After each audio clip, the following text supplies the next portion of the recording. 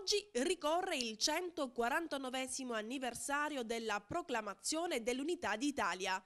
Per riunire l'Italia furono necessarie le guerre d'indipendenza che videro protagonisti fondamentalmente i figli della stessa terra scontrarsi in difesa dei loro ideali. La vera unificazione arrivò comunque solo con la successiva annessione di Roma al Regno.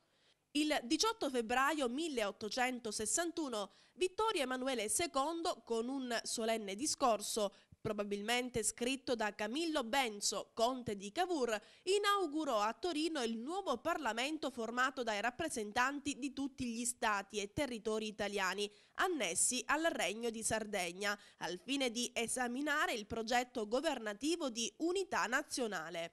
Ricordiamo che all'epoca la penisola italiana era suddivisa in tanti stati autonomi. Proprio il 17 marzo 1861 Vittorio Emanuele II, insieme a Cavour, firmò la legge che proclamava il Regno d'Italia. Nell'atto unico costitutivo del Regno si legge: il re Vittorio Emanuele II assume per sé e i suoi successori il titolo di Re d'Italia.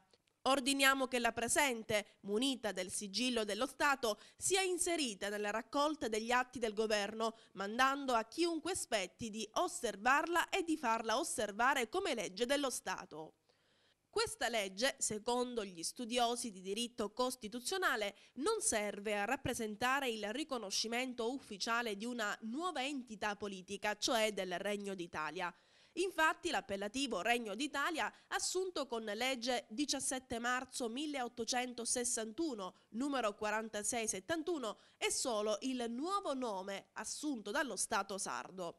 Quindi, secondo gli studiosi del diritto, l'attuale Stato italiano non è altro che l'antico Regno di Sardegna. In Italia la data che celebra la festa dell'unità nazionale è il 4 novembre. Quest'ultimo segna il giorno finale del primo conflitto mondiale. Il governo italiano si prepara a celebrare al meglio il 150° anniversario dell'Unità d'Italia, che cadrà l'anno prossimo.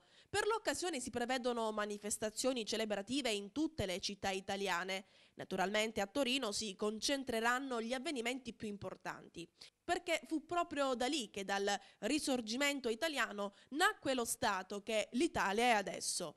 Spesso ci si sente italiani solo davanti ad uno schermo televisivo in occasione di qualche avvenimento sportivo, ma bisognerebbe riflettere sul sangue versato da quanti lottarono per tramandarci lo spirito di unione che all'epoca abbracciava tutti gli italiani.